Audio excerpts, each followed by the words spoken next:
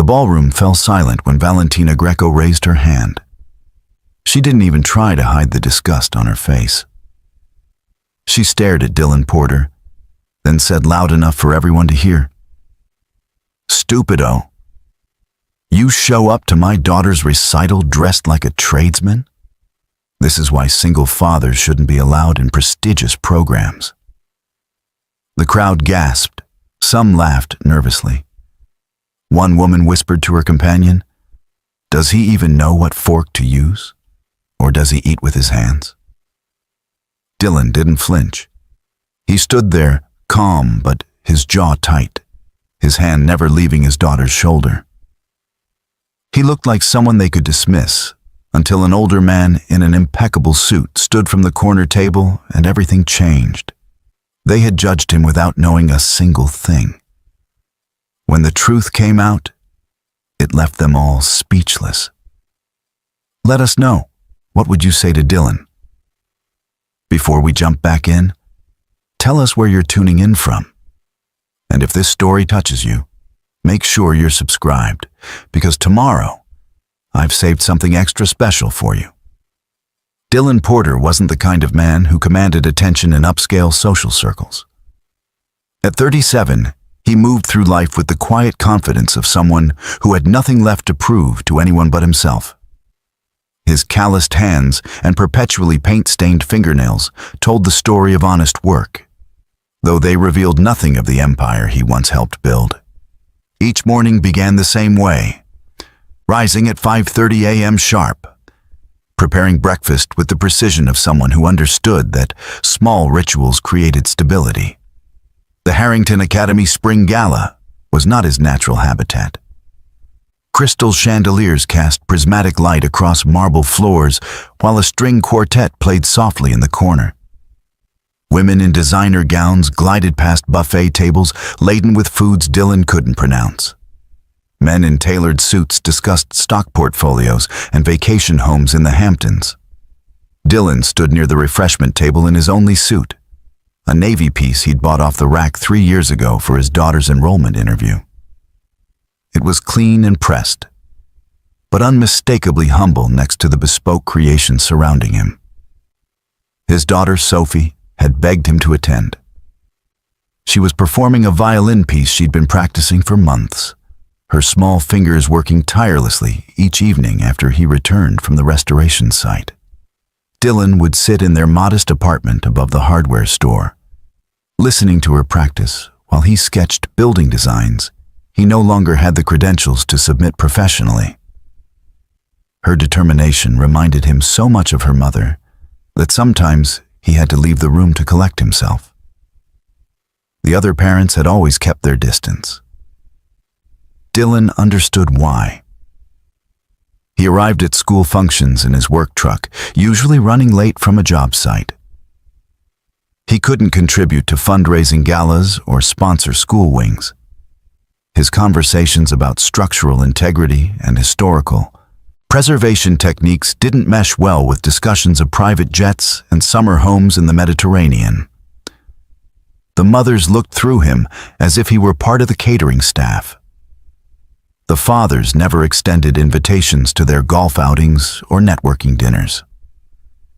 Valentina Greco made her entrance exactly 15 minutes after the event's official start time, a calculated delay that ensured maximum attention. She was striking in the way that unlimited wealth and careful maintenance could achieve.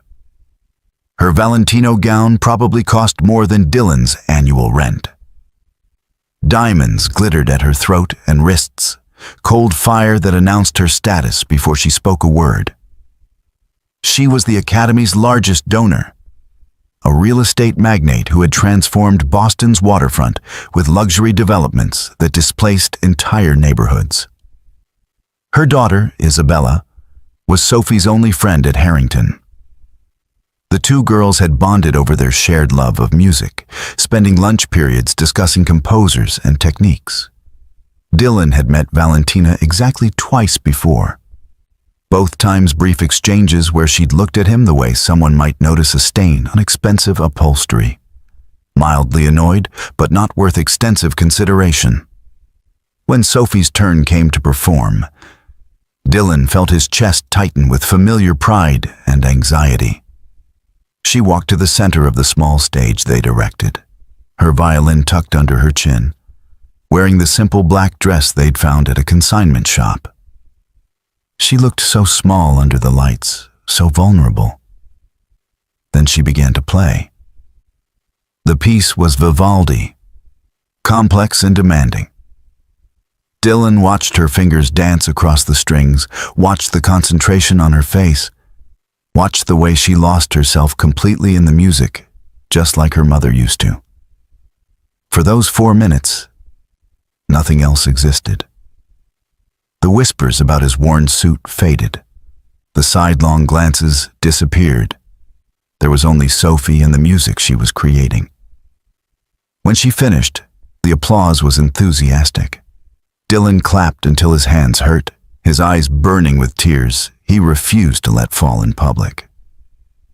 Sophie's face glowed as she took her bow, her eyes immediately seeking his in the crowd. He gave her a thumbs up, their private signal. As parents mingled afterward, Dylan made his way toward Sophie. She was standing with Isabella, both girls animated and laughing. That's when Valentina Greco intercepted him.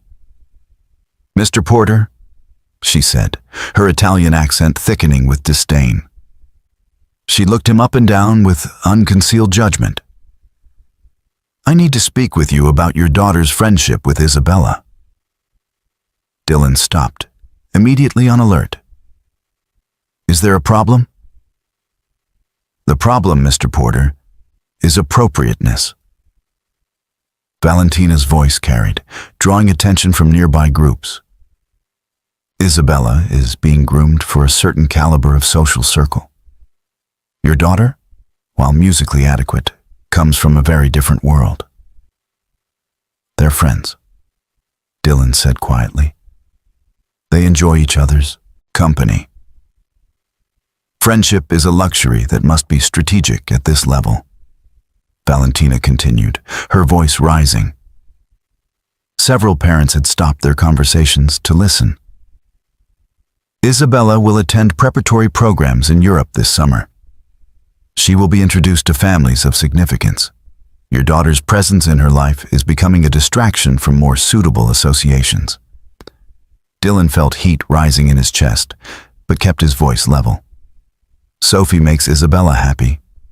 Isn't that what matters?" Valentina laughed, a sharp sound without warmth. How charmingly naive. This is exactly why single fathers shouldn't be raising daughters in environments they cannot possibly understand. You work with your hands, Mr. Porter. You have no concept of the social architecture required at this level. She gestured at his suit with one manicured hand. You show up to formal events dressed like you're attending a job interview at a bank. You drive that ridiculous truck with paint cans in the back. Do you even realize how embarrassing it is for Isabella when the other families ask about her friend whose father is a common laborer? The conversations around them had completely stopped now. Everyone was watching. Dylan saw pity in some faces, amusement in others, and in a few, the cruel satisfaction of watching someone being put in their place. Sophie had noticed the commotion.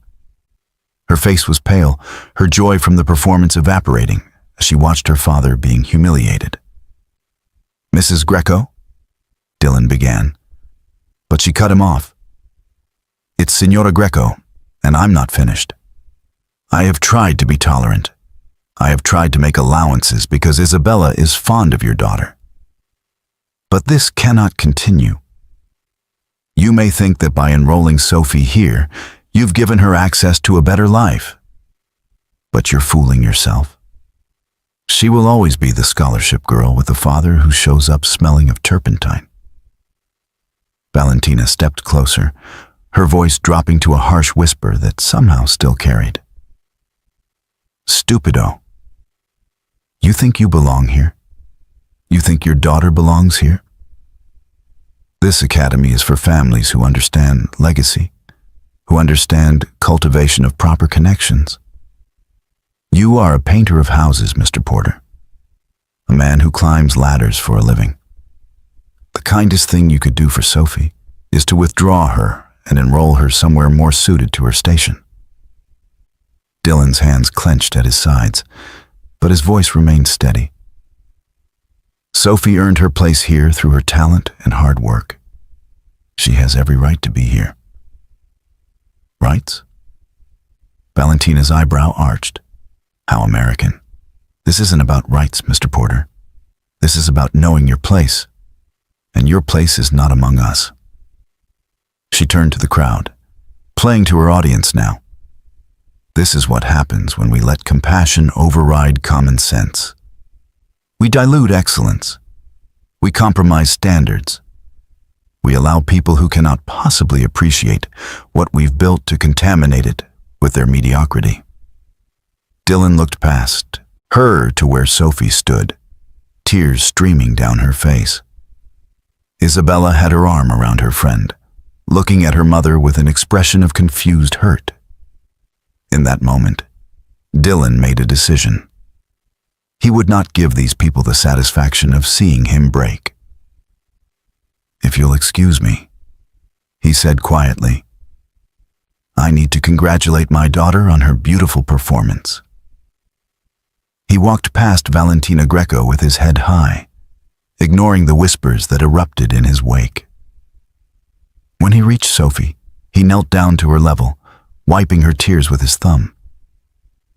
"You were magnificent," he whispered. "Your mother would have been so proud." Dylan Porter's alarm went off at 5:30 a.m. every morning, without exception. His apartment above Chen's Hardware on the east side of Portland was modest. Just 3 rooms with slanted ceilings and windows that rattled when the wind picked up. But every inch of it was carefully maintained, every surface clean, every object in its designated place. Not from obsession, but from necessity. Organization was the scaffold that held their lives together. The kitchen was barely large enough for 2 people to stand in, but Dylan had learned to work efficiently in small spaces. While the coffee brewed, he prepared Sophie's lunch with the same attention to detail he applied to his restoration work. A turkey sandwich on whole wheat, cut diagonally because she'd once mentioned she preferred it that way. An apple sliced into segments because whole fruits came back uneaten. A small container of hummus with baby carrots. A homemade cookie wrapped in wax paper, the recipe her mother had perfected years ago.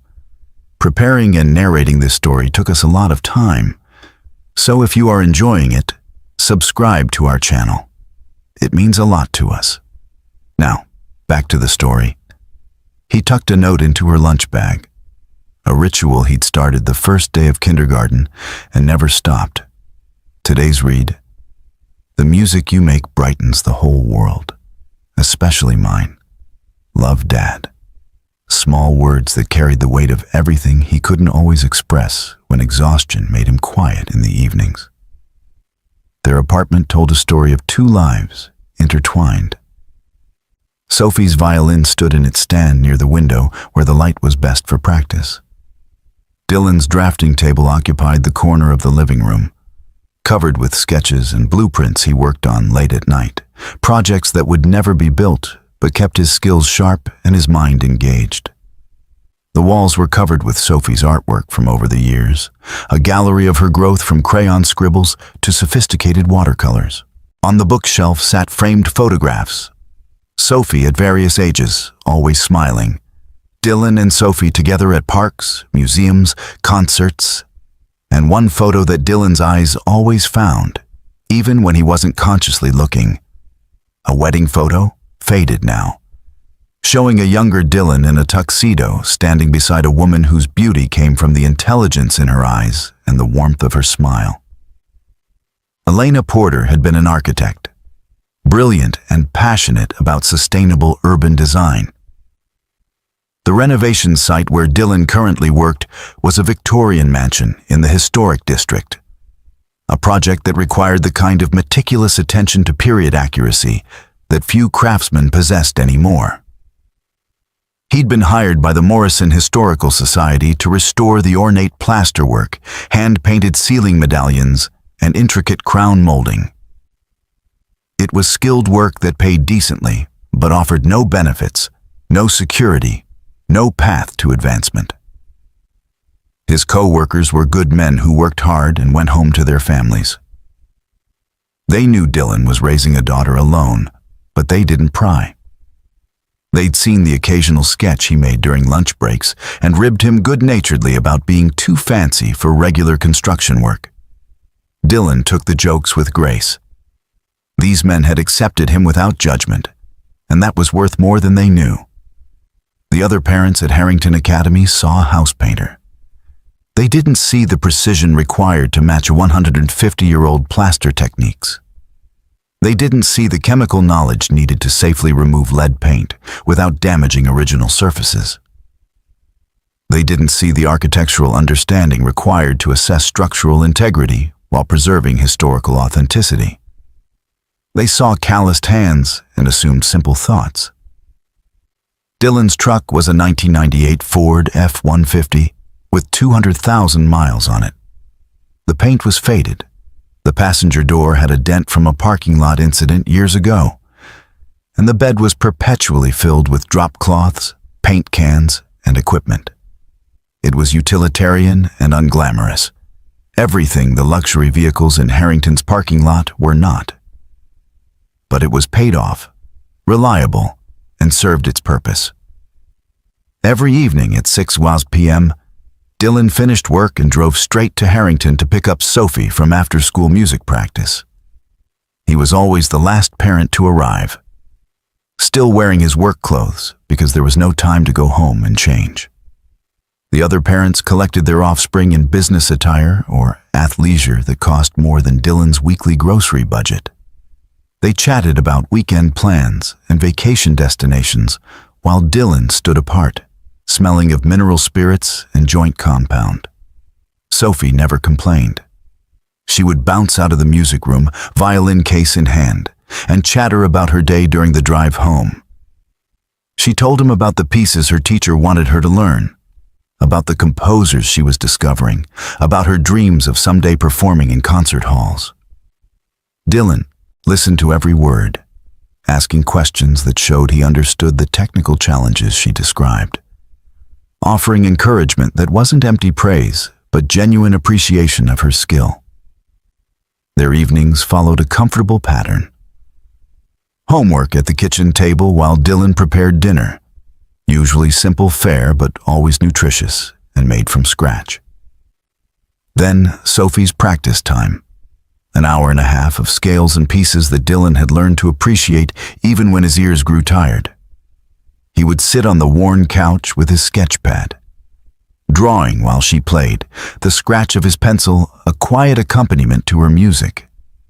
After practice came their reading hour. They took turns choosing books, everything from classic literature to contemporary fiction to biographies of great architects and musicians. Sometimes they read silently, side by side on the couch. Sometimes Dylan read aloud, doing different voices that made Sophie laugh. These hours were sacred, a buffer against the world that judged them insufficient. The walls of their small apartment held secrets the Harrington families would never imagine. The sketches scattered across Dylan's drafting table weren't idle doodling. They were sophisticated architectural designs incorporating principles of sustainable urban development. The textbooks on his shelf covered advanced structural engineering, historical preservation techniques, and innovative building technologies. The notebook filled with calculations and material specifications revealed a mind that understood complex systems and elegant solutions. Dylan's hands, so calloused and paint-stained, could render a perspective drawing with professional precision. They could calculate load-bearing requirements and design structural supports. They could read the language of old buildings and understand how generations of craftsmen had solved problems with limited tools and unlimited ingenuity. These same hands braided Sophie's hair each morning, made her lunch, signed her permission slips, and applauded at her recitals. On Friday nights, they had a standing date. Dylan would finish work early, and they would explore Portland together. Art museums where Dylan explained composition and perspective, while Sophie related everything to music theory. The historic architecture walk where Dylan pointed out different periods and styles, teaching Sophie to read the stories buildings told. The farmers market where they selected ingredients for weekend cooking experiments. These outings cost little but created wealth that had nothing to do with money. The other Harrington parents saw a scholarship student and her working-class father. They didn't see the private education in art, architecture, music theory, and critical thinking that happened in that small apartment above the hardware store. They didn't see the sophisticated discussions about aesthetics and culture. They didn't see how Dylan was raising a daughter who understood that worth came from character and capability, not from designer labels and social positioning. Sunday mornings, Dylan and Sophie volunteered at the community center, teaching art classes to neighborhood youngsters who couldn't afford private lessons. Dylan showed them basic drawing techniques, while Sophie helped with music fundamentals. The gratitude of families who struggled just to keep food on the table reminded Dylan what truly mattered. These people didn't care about his pedigree or his profession.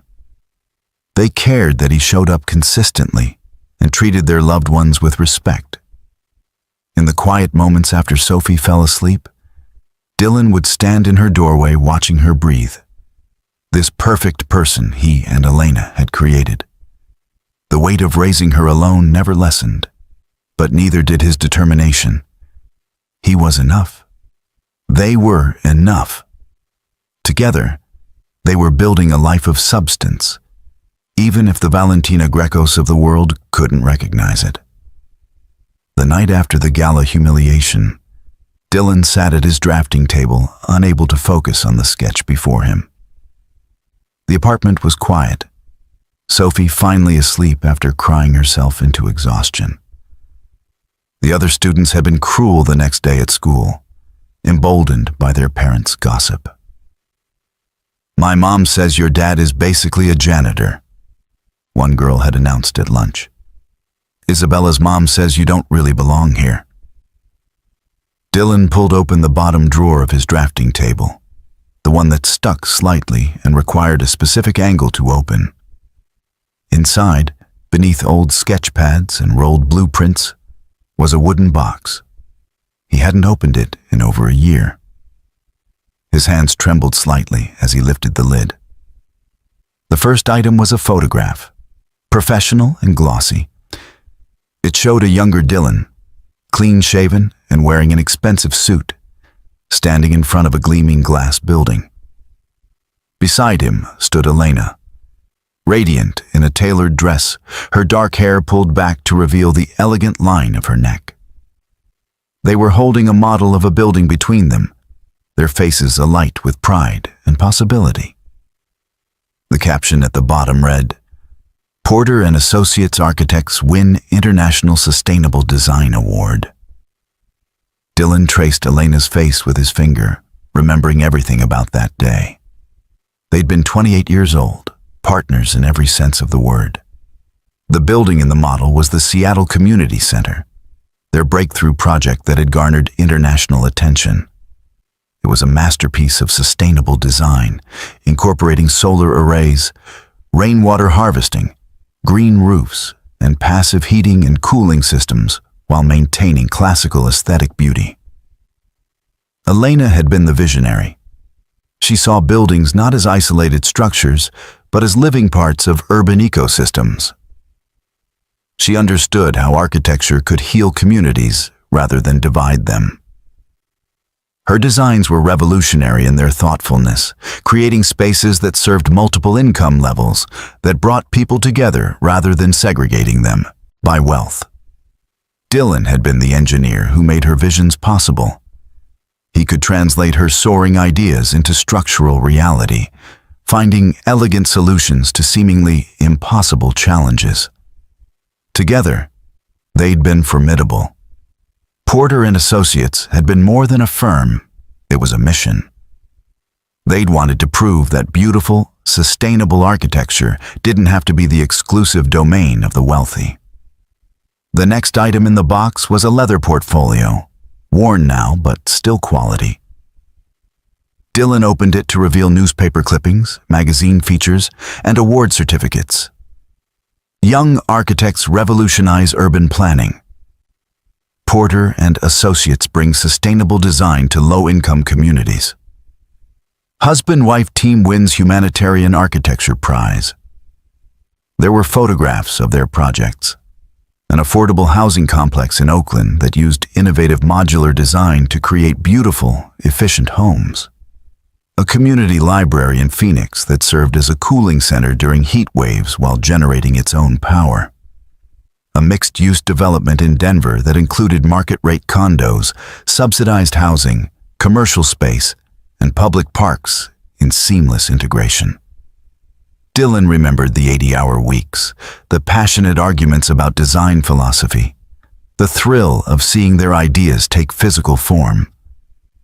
He remembered city council meetings where they'd fought for their vision against developers who wanted cheaper, uglier, more profitable alternatives. He remembered Elena's fierce determination that architecture should serve humanity, not just wealth. They'd met in graduate school at MIT. Two scholarship students who'd clawed their way into an elite program. Elena from a working-class neighborhood in Chicago. Dylan from a small town in Oregon where his father had been a carpenter and his mother a public school teacher. Neither of them had come from money or connections. They'd built their success through talent, determination, and unwavering commitment to their principles. The wedding photo in the box showed a simple ceremony in a botanical garden. Neither of them had wanted the expensive spectacle that their more affluent classmates favored. They'd invited 30 people, served homemade food, and Elena had worn a vintage dress she'd found at a consignment shop.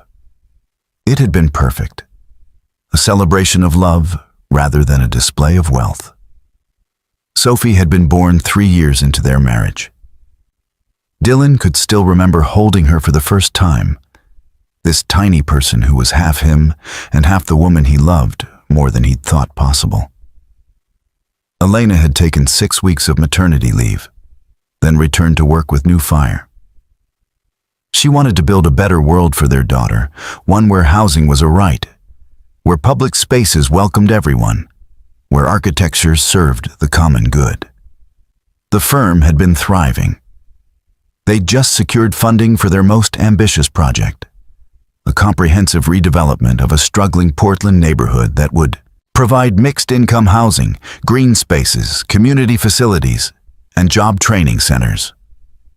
It was everything they'd been working toward, proof that their model could transform entire communities. Dylan found the invitation in the box, the corners now soft with age. Portland City Council invites Porter and Associates to present the Riverside Commons project. The date was circled in red. March 15th, 7 years ago. The presentation that never happened. Elena had been driving to the site for a final survey. Dylan was supposed to go with her, but Sophie had woken up with a fever. "Stay with our girl," Elena had said, kissing his forehead. "I'll handle the survey and be back in a few hours." She'd been smiling, excited about the project, talking about how it would establish their firm as leaders in community-centered urban design. The call came 2 hours later. A drunk driver had crossed the median on the interstate. Elena's car was hit head-on at 65 miles per hour. She died instantly, the police told him. She hadn't suffered. As if that made the devastation any less complete. Dylan remembered the weeks after as a blur of agony. Well-meaning friends and colleagues had tried to help, but their efforts felt hollow against the magnitude of his loss. Sophie, barely 4 years old, kept asking when Mommy was coming home. The firm's partners had wanted him to take time off, then come back and continue Elena's legacy. "She'd want you to finish the work," they'd insisted. But Dylan couldn't do it. Every design they'd created together was Elena's vision. Every project was a conversation between their complementary talents. Without her, the work felt like a lie. He would be taking credit for ideas that weren't his, building monuments to a partnership that no longer existed.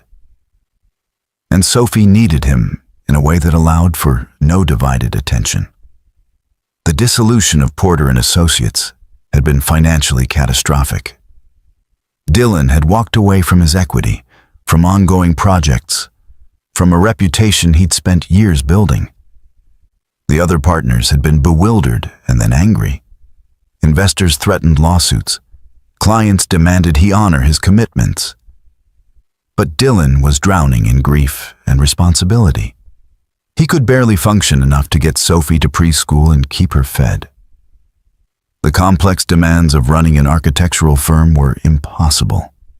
He'd sold their house to pay off debts and obligations, packed up Sophie and their essential belongings, left Seattle where every street corner held memories of Elena.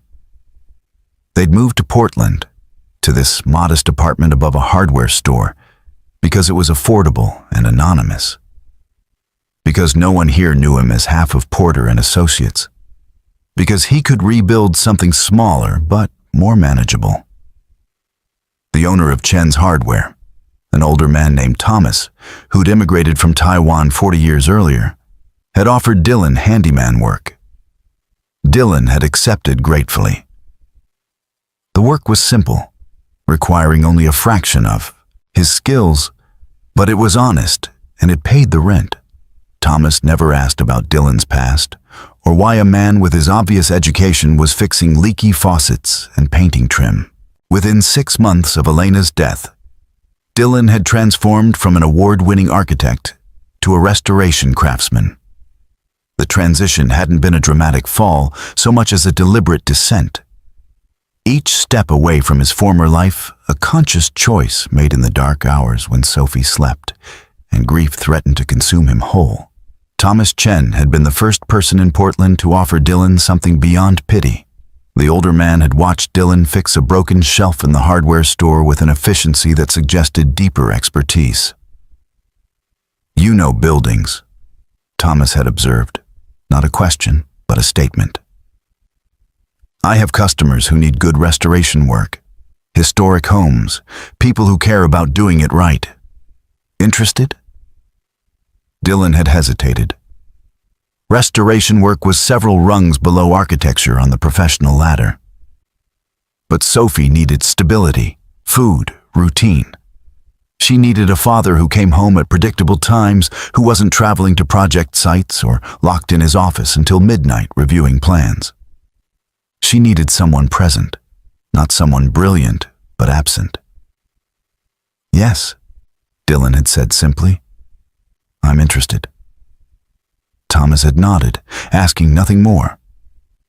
That restraint, that respect for privacy, had been a gift Dylan hadn't known he needed.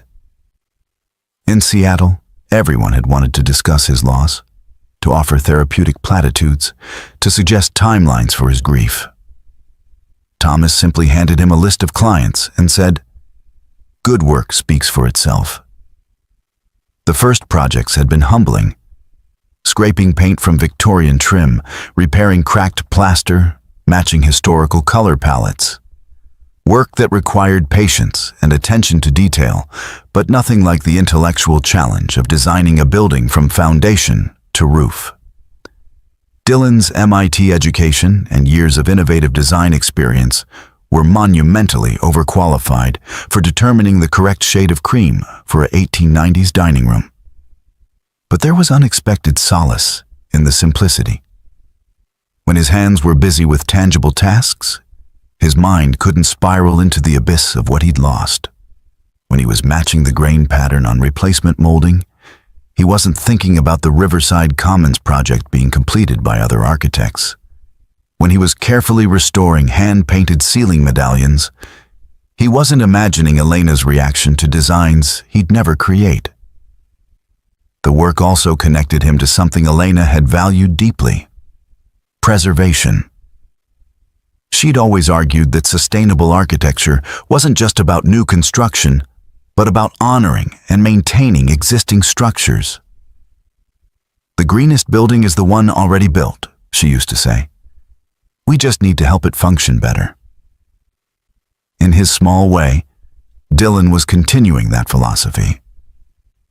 Sophie had been too young to understand what they'd lost beyond her mother.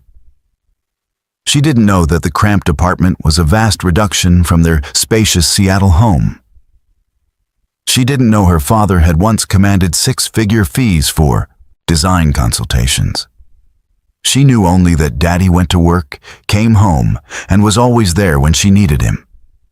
That consistency, that presence, was worth more than any career achievement. Dylan had enrolled Sophie in public school initially, a perfectly good elementary program where she'd thrived academically and made friends.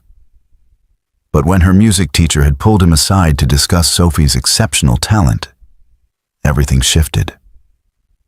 "Mr. Porter, your daughter has something rare," the teacher had explained. "Perfect pitch, natural musicality, and the discipline to develop it. She should be studying with a specialist, attending a program that can cultivate this gift properly." The teacher had recommended Harrington Academy, Portland's most prestigious private school with a renowned music program. Dylan's first instinct had been to dismiss it as impossible. The tuition alone was more than his annual income. But the teacher had persisted. "They have scholarships for exceptionally talented students. Sophie deserves the chance." The application process had been excruciating. Dylan had filled out forms detailing his financial situation, exposing the gap between his education and his current circumstances. He'd written essays about Sophie's potential while carefully omitting the details of his own past.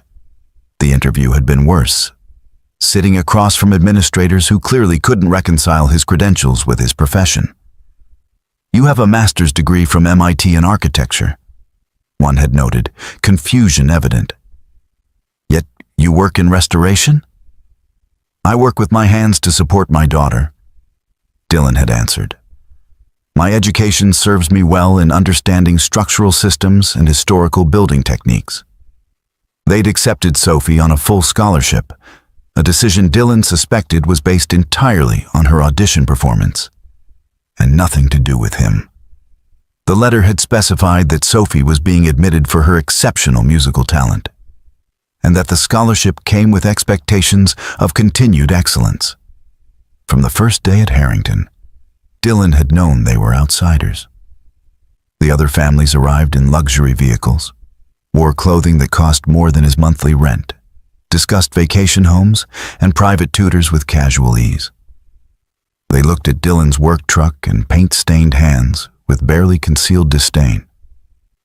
He'd endured it because Sophie was flourishing. Her violin teacher was a former professional who recognized and nurtured her talent. She was learning music theory, composition, performance technique. She was being challenged in ways the public school couldn't provide. She was becoming the musician she was meant to be. Every scholarship renewal required Dylan to prove their continued financial need. Every year, he submitted the same humbling documentation showing his modest income, his lack of assets, their dependence on Harrington's generosity. It was a yearly reminder that they were there on sufferance, charity, cases among the privileged. The other parents' treatment of him hardened over time. Initial curiosity about the scholarship father gave way to dismissiveness. He wasn't invited to parent social events. He wasn't included in the informal networks where families shared information and opportunities. He existed on the periphery, tolerated because his daughter's talent reflected well on the school's music program. Dylan had made peace with this isolation because the alternative was worse. Returning to architecture would mean long hours, travel, the consuming nature of ambitious projects. It would mean Sophie raised by nannies and after-school programs, seeing him only in the fragments of time between professional obligations. It would mean repeating the mistake so many of his former colleagues made, sacrificing family for career achievement. He'd watched those colleagues during his years at Porter and Associates, brilliant architects whose offspring barely knew them, men and women who could design buildings that would stand for centuries but couldn't tell you their son's favorite color or their daughter's fears. They delegated parenting the way they delegated routine drafting work to competent others while they focused on more important matters. Elena had been different. Even at the height of their success, she'd insisted on boundaries. Family dinners were sacred. Bedtime routines were non-negotiable. She'd turned down prestigious projects that would have required extended absences. "We're building a family, not just a firm," she'd said. "Success means nothing if we're strangers to our daughter." After her death, Dylan had clung to that philosophy like a lifeline. He would be present. He would be available. He would prioritize Sophie's daily needs over his own professional potential. The world had taken Elena from them, but it wouldn't take his presence from Sophie. So he'd chosen the humble path deliberately and completely. He'd traded prestige for proximity, achievement for availability, innovation for involvement. He fixed other people's beautiful buildings instead of designing his own because it allowed him to pick Sophie up from school, to attend her recitals, to be there for homework questions, midnight nightmares. The sacrifice was invisible to people like Valentina Greco. They saw only the surface, a working-class father who didn't belong in their world. They couldn't imagine that he'd once occupied a higher tier than most of them, that he'd walked away from success they could only envy. They assumed he was scrambling upward through Sophie's scholarship, trying to access a world beyond his reach. The truth was precisely opposite. Dylan had descended deliberately, trading everything he'd built professionally for something he valued more. Being the father Sophie needed every single day. Not the brilliant architect who created buildings that would outlive him. Not the visionary designer who transformed communities. Just dad. Reliable and present, fixing what was broken and building a life that, while modest, was wholly theirs. The morning after Valentina Greco's public humiliation of Dylan, a formal letter arrived from Harrington Academy. The heavy cream stationery bore the school's embossed seal, its weight and quality announcing importance before Dylan even opened it. He read it standing in his small kitchen, coffee growing cold in his hand. "Dear Mr. Porter, the Harrington Academy Scholarship Committee requires an emergency review of Sophie Porter's continued enrollment. Please attend a meeting on Friday, March 10th at 2:00 p.m.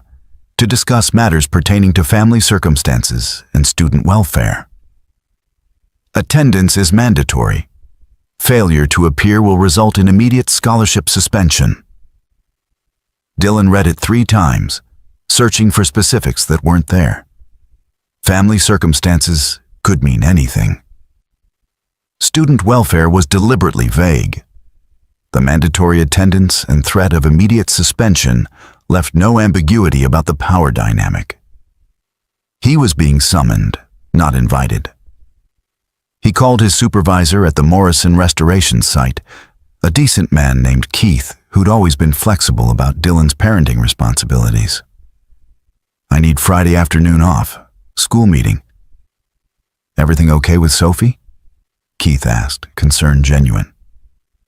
"I'm not sure yet," Dylan admitted, "but I need to be there. Take the time. We'll manage." The meeting room at Harrington was designed to intimidate. A long mahogany table dominated the space, surrounded by high-backed leather chairs. 6 people sat on one side. Principal Whitmore, 2 school board members, the director of student services, the head of the music department, and Valentina Greco. A single chair faced them on the opposite side, positioned like a defendant before judges. Dylan sat down. his work clothes suddenly feeling more shabby than usual in this room of tailored suits and designer dresses. He'd come straight from the restoration site, not having time to go home and change. Plaster dust probably still clung to his hair. Principal Whitmore opened a folder. Her expression practiced neutrality. "Mr. Porter, thank you for coming. We need to discuss some concerns that have arisen regarding Sophie's home environment and your capacity to provide appropriate support for a student in our program." "What concerns specifically?" Dylan asked. One of the board members, a silver-haired woman named Dr. Pemberton, slid a document across the table. "We've received reports that Sophie has been experiencing social difficulties. Withdrawal from peer groups, emotional distress, signs of anxiety that suggest instability in her home life." Dylan scanned the document, recognizing immediately that these observations had been taken out of context and amplified. Sophie has been upset because other students have been cruel to her after Mrs. Greco publicly stated she doesn't belong here. "Mr. Porter," Valentina interjected smoothly, "you misunderstand. My concern was for Isabella's social development." But it raised larger questions about whether Sophie is truly thriving in this environment. Perhaps a school more suited to her background would serve her better. The director of student services, a thin man with wire-rimmed glasses, cleared his throat. "We've also noted that you've been consistently late for pickup. Last week alone, you were late 3 times. This suggests difficulty managing your professional obligations alongside parenting responsibilities." "I was late because we had an emergency at the restoration site," Dylan explained. "A structural issue that required immediate attention. I notified the after-school program each time, and Sophie was supervised until I arrived." "The pattern suggests inconsistency," Dr. Pemberton countered. "Harrington families typically have the resources to ensure prompt, reliable pickup. Nannies, drivers, flexible work arrangements that accommodate school schedules. I'm one person doing the work of 2 parents," Dylan said quietly. "Sometimes there are delays. But Sophie is never unsupervised, and she knows I'll always come for her." The head of the music department, a stern woman named Professor Clark, opened another folder. "We also have concerns about Sophie's practice environment. Our students typically have dedicated music rooms with proper acoustics, climate control, and professional-grade instruments. Can you describe Sophie's practice space at home?" Dylan felt heat rising in his chest. "She practices in our living room. The violin is rented through the school's instrument program. She practices 90 minutes every evening without fail." "A living room in an apartment above a hardware store," Valentina said, her tone making it sound sordid. "With noise from the street, customers coming and going, hardly conducive to developing serious musicianship." "Sophie's teacher has never complained about her preparation," Dylan said. "Her technical progress has been excellent." Professor Clark consulted her notes. "Sophie is talented, certainly, but talent requires cultivation in the proper environment. We must consider whether her current circumstances allow for the level of dedication our program demands. Several students from families with greater resources have been waitlisted. Perhaps one of them would benefit more from the scholarship opportunity." The implication was clear. Sophie was taking a slot that could go to someone from the right kind of family. Someone whose parents could make substantial donations. Someone who wouldn't embarrass the school with their working-class father. Principal Whitmore presented another document. "We'd like you to complete this comprehensive family assessment. It will be reviewed by our consulting psychologist to ensure Sophie's home environment meets our standards for student welfare." Dylan scanned the questions. They were invasive and loaded. "Describe the emotional support systems available to your daughter. Detail your financial stability and future prospects. Explain your qualifications for addressing the unique developmental needs of a gifted female student. Every question was designed to highlight his deficiencies as a single father with limited means. You're putting my daughter's scholarship under review because I don't have enough money, Dylan said bluntly. That's what this is really about. Mr. Porter, Dr. Pemberton said with manufactured patience. This is about Sophie's best interests. Sometimes loving a person means acknowledging when we cannot provide what they need. There are excellent public school music programs that might be more appropriate for your family's circumstances. Over the next 2 weeks, the campaign intensified with surgical precision. Sophie came home with a note from her guidance counselor requesting a meeting to discuss her socialization patterns. The meeting revealed that other parents had expressed concerns about Sophie's friendship with their daughters, citing the difficult family situation. What difficult situation? Dylan had demanded. The counselor had been apologetic but firm. Single-parent homes, especially single fathers with daughters, can create complicated dynamics. The other parents feel more comfortable with playdates in traditional family settings. Invitations that had been rare before stopped completely. Isabella was forbidden from sitting with Sophie at lunch, her mother having decided the friendship was no longer appropriate. Sophie ate alone, a visible marker of her outsider status. The school's annual fundraising gala sent out invitations with a note at the bottom.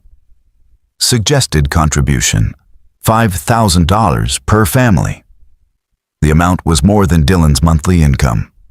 When he didn't respond, he received a follow-up email noting that family participation in fundraising was considered in scholarship renewal decisions.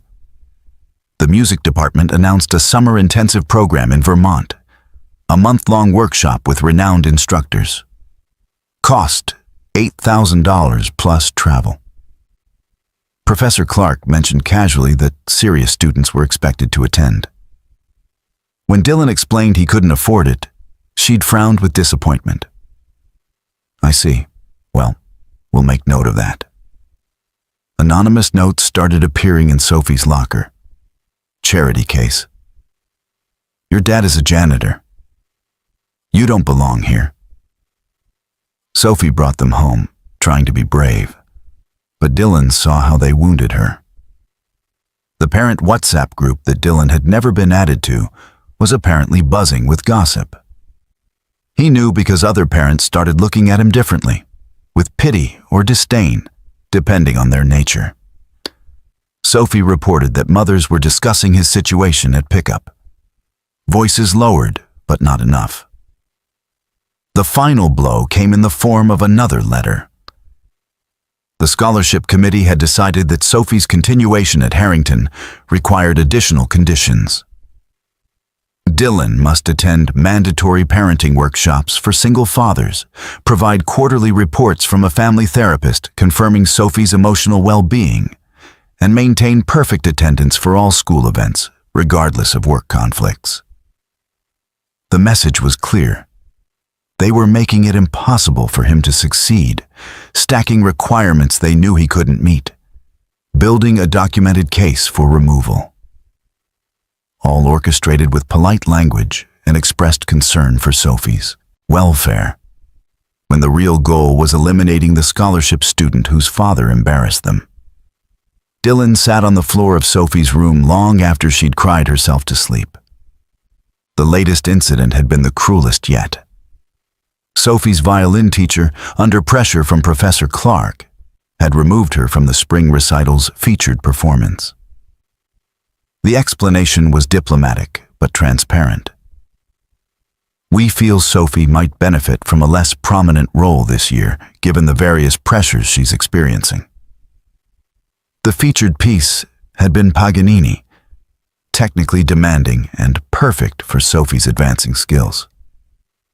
She'd been practicing it for 3 months, her fingers flying over the strings with increasing confidence. Now it would be performed by Valentina Greco's daughter Isabella, whose technique was adequate but unremarkable. The message couldn't be clearer. Know your place. Sophie had maintained her composure until they got home. Then she'd collapsed on her bed, sobbing with a kind of heartbreak that made Dylan's chest physically ache. I worked so hard, Daddy. I practiced every single day. Why do they hate us? Dylan had held her, stroking her hair, whispering reassurances he wasn't sure he believed anymore. They don't hate us, sweetheart. They're just scared of people who are different from them. Maybe we should leave, Sophie had whispered. Go to a different school where nobody knows us. The defeat in her voice had shattered something in Dylan. His strong, talented daughter was being systematically broken by people who should have been nurturing her gifts. And he was powerless to stop it. Now, surrounded by the evidence of their life together, Dylan felt the full weight of his inadequacy. Sophie's room was filled with her achievements, certificates from music competitions, ribbons from school exhibitions, photographs of performances, all proof of her exceptional talent, all rendered meaningless by the machinery of exclusion grinding against them.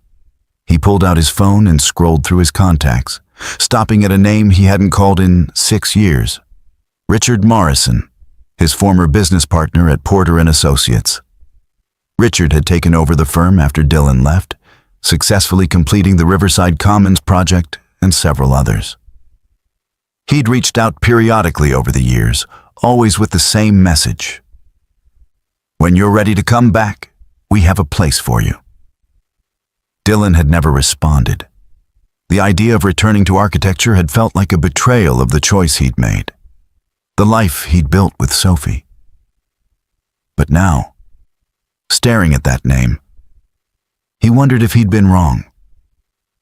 Maybe Sophie would be better off with a father who could afford Harrington's unspoken price of admission. A father who belonged in rooms with people like Valentina Greco. A father who wasn't an embarrassment. His finger hovered over the call button. Richard would welcome him back. The firm was thriving and could offer a senior partnership. The salary would transform their circumstances overnight. Sophie could stay at Harrington without the constant threat of scholarship review. He could afford the summer programs, the right clothes, the correct social signals. They could move out of this apartment into a house in the right neighborhood.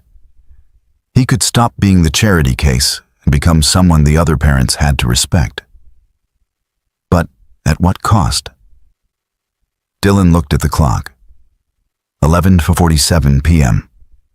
Sophie would wake at 6:30, expecting breakfast and her daily note. If he returned to architecture, there would be client dinners that ran late, site visits that required travel, design deadlines that demanded all-night work sessions, the intense, consuming nature of ambitious projects that had defined his life before Elena's death. He could give Sophie money and status, but he'd lose the daily presence that had been his promise to her, to Elena's memory, to himself. Dylan stood and walked to his own room, opening the closet where his old portfolio still resided. He pulled it out, spreading his best design work across the bed. The Seattle Community Center, elegant and functional. The Oakland housing complex that had won humanitarian awards. The Phoenix Library that served as a model for sustainable public architecture. This was who he'd been. Someone whose work mattered on a scale beyond individual lives. Someone who changed skylines and transformed communities. Someone Elena had believed in completely. He looked at his current sketchbook, filled with measured drawings of Victorian molding profiles and plaster ceiling medallions. Competent work, but so small compared to what he used to do. Was this enough? Had he made Sophie's life better or worse by choosing this path? The assessment documents from Harrington sat on his desk, still incomplete. Questions designed to expose his inadequacies. Describe your long-term career prospects and how they will provide for your daughter's future opportunities. Explain your support network for addressing your daughter's complex developmental needs. Detail your plan for ensuring your daughter receives appropriate female guidance and role modeling. Every question was a trap. Every answer would be weighed against invisible standards he could never meet.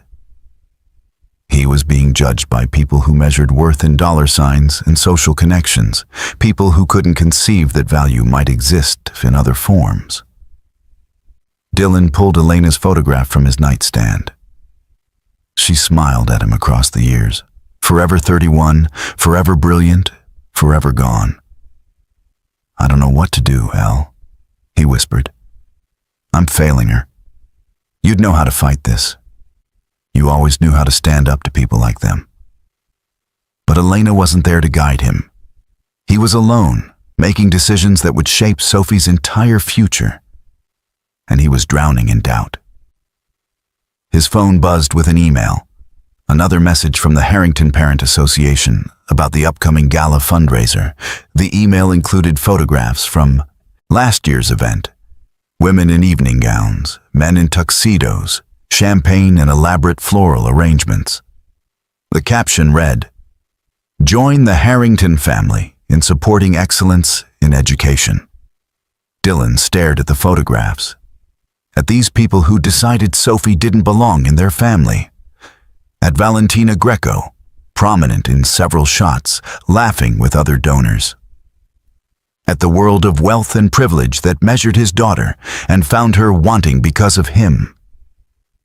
Maybe they were right. Maybe Sophie deserved better than a father who could only offer love and presence, who couldn't open the doors that money and connections unlocked. Maybe the kindest thing would be to step aside, to let her be adopted by one of those church families who'd offered. They could give her stability, a mother figure, access to opportunities he'd never provide. The thought made him physically ill, but he forced himself to consider it. Sophie was only 10. She'd adapt. She'd grow up with advantages he couldn't imagine providing. She'd learn to forget him eventually, remember him as a loving but inadequate first chapter in a better story. Dylan closed his eyes, feeling tears he'd been holding back for weeks finally fall. He'd survived combat zones, built award-winning structures, overcome devastating grief.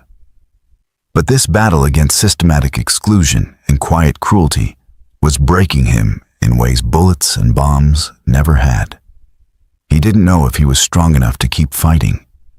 Didn't know if winning was even possible against people with unlimited resources and absolute certainty in their righteousness. Didn't know if forcing Sophie to stay in a place that rejected her was courage or selfishness. All he knew was that tomorrow morning he'd have to wake up and pretend everything was fine. Make breakfast, write an encouraging note, send his daughter into a school that was actively working to expel her, and somehow find the strength to believe it would be okay. Dylan woke at 3 a.m., his heart pounding from a dream he couldn't quite remember. The apartment was silent except for the distant hum of traffic on the street below. He lay in the darkness, staring at the ceiling, feeling the weight of impossible decisions pressing down on his chest. Unable to sleep, he got up and wandered to the kitchen, intending to make coffee. But his feet carried him instead to Sophie's doorway. She was curled on her side, one hand tucked under her pillow, her face peaceful in sleep. The nightlight cast soft shadows across her features. And Dylan saw Elena in the curve of her cheek, the shape of her nose. He stepped quietly into her room, his eyes adjusting to the dim light. Her violin case rested against the wall, covered in stickers she'd carefully selected. Treble clefs, famous composers, inspirational quotes about music. Her music stand held the Paganini piece she'd been practicing, the one she'd been told she couldn't perform. The sheet music was covered in her careful pencil markings, fingering notations, dynamic reminders. Dylan's gaze traveled to her bulletin board, covered with photographs and mementos. pictures of her and Isabella before Valentina had forbidden the friendship. A program from her first recital at Harrington. A ribbon from a citywide youth music competition where she'd placed first in her division. And there, in the center, a drawing she'd made years ago. He stepped closer to examine it. The drawing showed two figures, one tall and one small, holding hands. Above them, a third figure floated among clouds and stars, arms outstretched as if embracing them both. Sophie's handwriting, careful and young, labeled the figures, Daddy, me, and Mommy watching over us. Dylan felt something crack open in his chest. He'd been so focused on his own inadequacy, so consumed by the judgment of people like Valentina Greco, that he'd lost sight of what actually mattered. Sophie didn't need him to be wealthy or socially prominent. She needed him to be exactly what he'd promised Elena he would be. Present, loving, unwavering. He returned to his room and pulled out the wooden box again. But this time, he looked at the contents differently. These weren't reminders of failure or lost potential. They were evidence of what he was capable of when he believed in something worth fighting for. The award certificates weren't just professional achievements.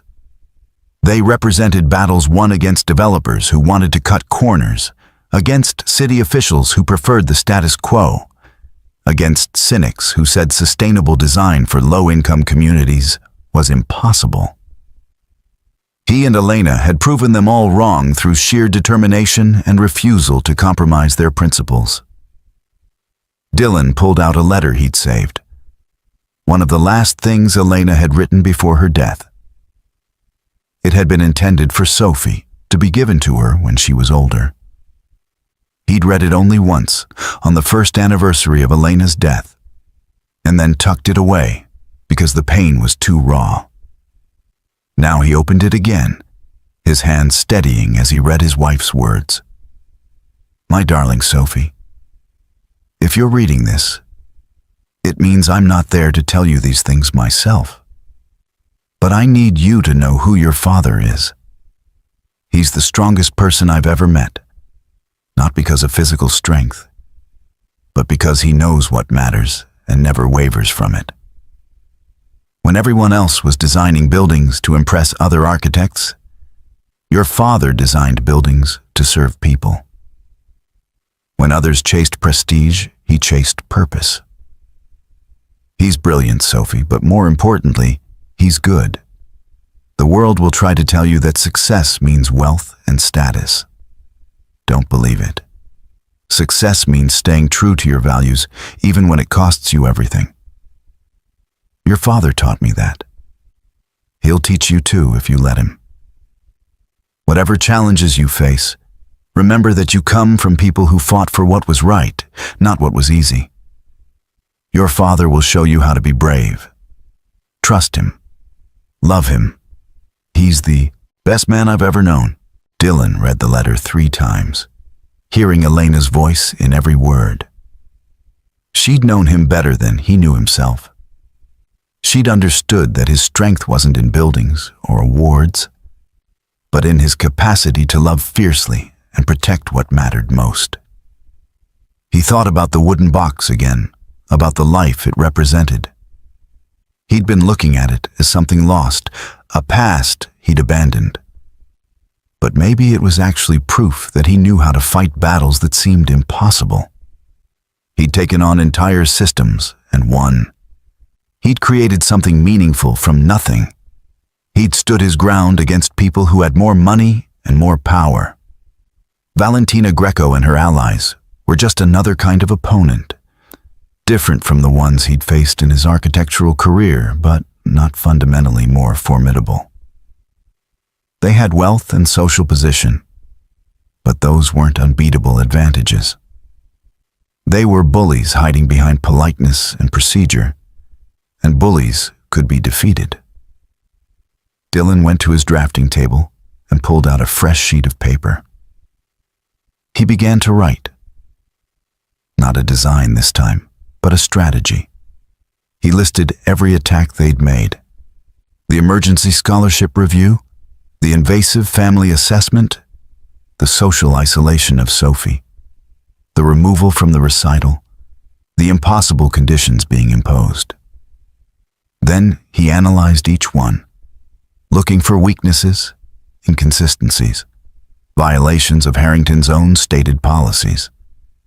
The emergency review had been triggered by concerns that were never specifically documented.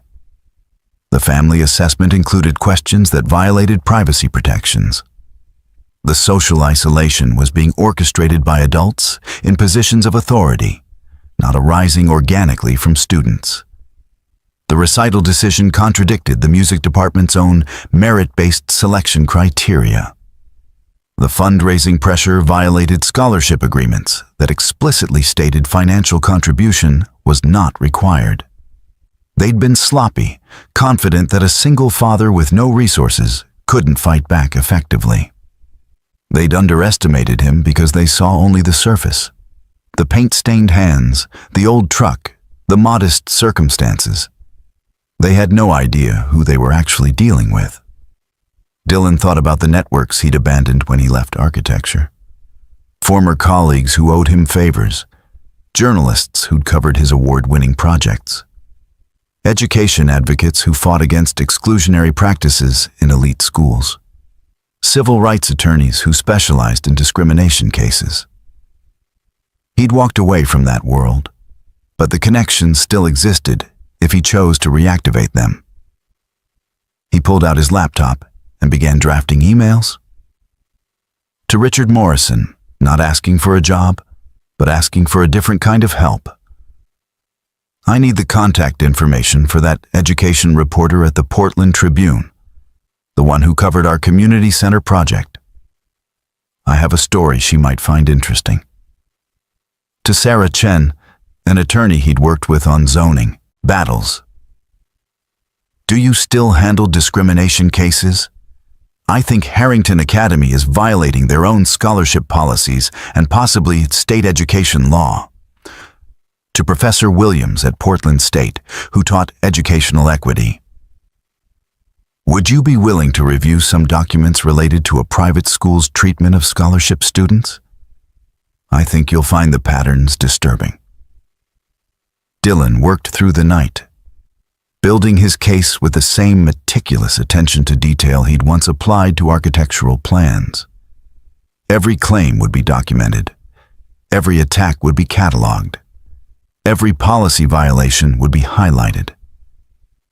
He would turn their own procedures against them, show that their concern for Sophie's welfare was a pretense covering systematic exclusion.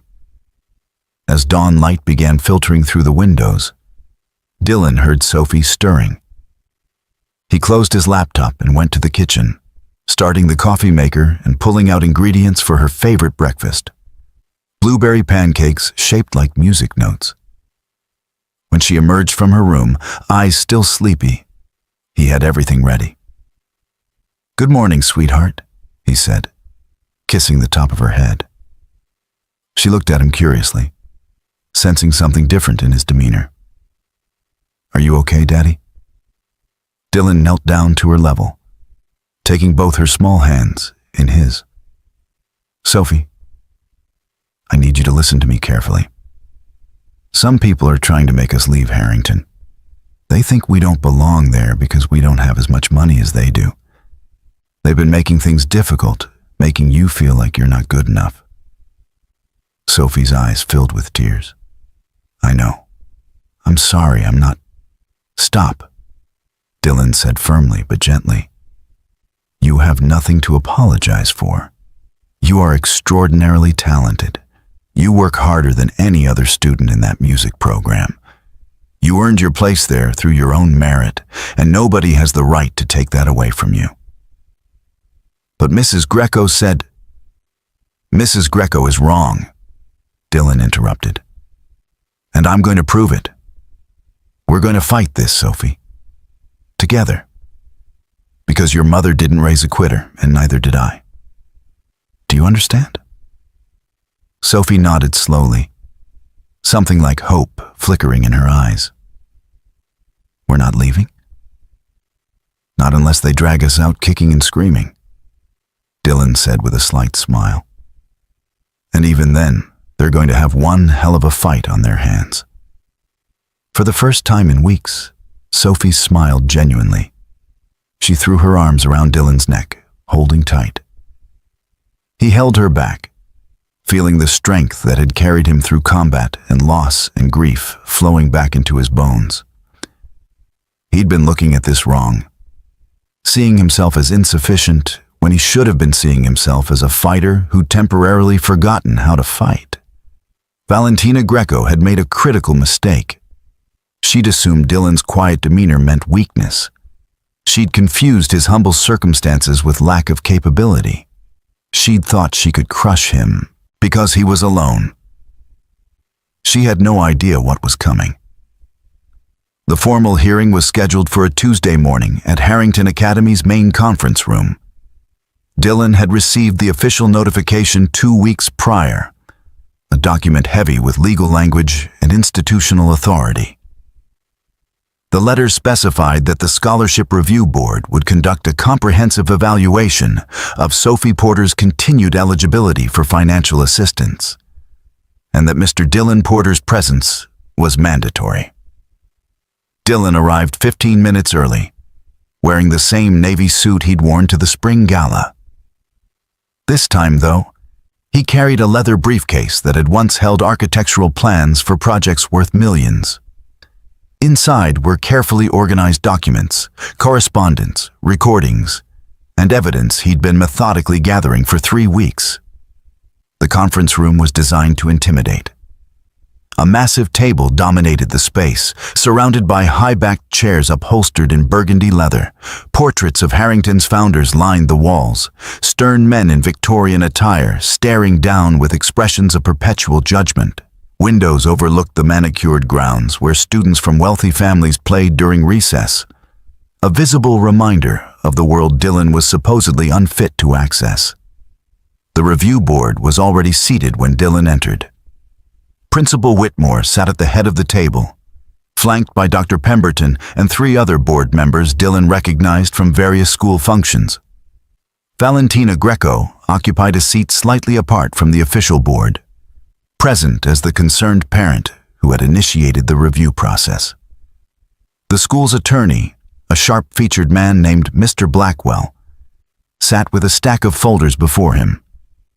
A single chair faced them all, positioned in a way that made the power dynamic brutally clear. Dylan was the defendant. They were the jury, judge, and prosecutor combined. Mr. Porter, Principal Whitmore began, her voice professionally cool. Thank you for attending. This review has been convened to address serious concerns regarding Sophie Porter's home environment and your capacity to provide the support necessary for a student in our demanding program. Dylan said nothing, simply meeting her gaze steadily. He'd learned long ago that silence could be more powerful than premature argument. Mr. Blackwell opened his folder. We have documentation of concerning patterns. Tardiness for pickup on 14 occasions over the past semester. Failure to participate in mandatory fundraising activities. Inability to provide adequate practice facilities. Incomplete responses to our family assessment questionnaire. And most troubling, signs of emotional distress in Sophie that correlate directly with instability in her home situation. He slid documents across the table. Dylan glanced at them but didn't touch them. He knew what they said. He'd anticipated every argument. Dr. Pemberton spoke next, her tone carrying false sympathy. Mr. Porter, no, one doubts your love for your daughter. But love alone isn't sufficient for raising a child with Sophie's exceptional gifts. She requires resources, stability, opportunities that extend beyond what a single parent in your economic situation can realistically provide. Furthermore, another board member added, we have testimony from other parents expressing concern about Sophie's socialization. The consensus is that she would benefit from a more traditional family structure, perhaps through our foster placement program with one of Harrington's established families. Valentina Greco leaned forward, her expression calculated compassion. Mr. Porter, I have personally offered to facilitate Sophie's placement with a wonderful family. The Hendersons are pillars of our community, with 3 daughters of their own. They could provide Sophie with siblings, a mother figure, educational opportunities, including summer programs in Europe. She would remain at Harrington, excel in our music program, and have the life she deserves. You want me to give up my daughter? Dylan said quietly. We want what's best for Sophie, Principal Whitmore corrected. Sometimes that means making difficult decisions. You've done admirably given your limitations, but Sophie's needs are outgrowing your capacity to meet them. Mr. Blackwell presented more documents. We have statements from teachers noting Sophie's declining enthusiasm, from the guidance counselor documenting increased anxiety, from other parents describing concerning behaviors that suggest neglect of her social and emotional development. The pattern is clear, Mr. Porter. Your circumstances are harming your daughter. For 2 hours, they presented their case. Each board member contributed evidence of Dylan's inadequacy. The attorney framed everything in language of child welfare and best interests. Valentina Greco punctuated key points with personal observations about Sophie's potential being wasted in Dylan's care. Dylan listened to it all without interruption. He watched them build their mountain of concern and documentation. He noted how they referenced policies selectively, how they interpreted Sophie's normal childhood struggles as evidence of systemic failure. He recognized the strategy because he'd seen it before in zoning battles and permit hearings. Overwhelm the opponent with volume, bury the truth under enough official-sounding language that resistance seems futile. When they finally finished, Principal Whitmore folded her hands on the table. Mr. Porter, do you have anything to say before we render our decision? Dylan opened his briefcase and pulled out a single folder. Actually, I do. But first, I'd like to introduce someone who's been observing these proceedings. He gestured to the back of the room where the door opened. A tall, silver-haired man in an expensive suit entered, followed by a younger woman carrying recording equipment. The board members exchanged confused glances. This is James Patterson from the Oregon Department of Education, Dylan said calmly. And this is Rebecca Walsh from the Portland Tribune's education desk. I invited them to observe because I thought they'd be interested in what happens when a prestigious private school systematically violates state education law and its own charter requirements. Principal Whitmore's face went pale. Mr. Porter, this is a private institutional matter. It stopped being private when you violated Sophie's rights under Oregon educational discrimination statutes. Dylan interrupted. Ms. Walsh has been researching Harrington's scholarship program for the past 2 weeks. Would you like to know what she found? Rebecca Walsh stepped forward, consulting her tablet. Harrington Academy receives substantial tax benefits for maintaining a scholarship program that supposedly serves economically disadvantaged students. However, over the past 5 years, 12 scholarship students have been removed from the program. 11 of them were from single-parent households. All 11 were subsequently placed with families who are major donors to Harrington. She looked directly at Valentina Greco.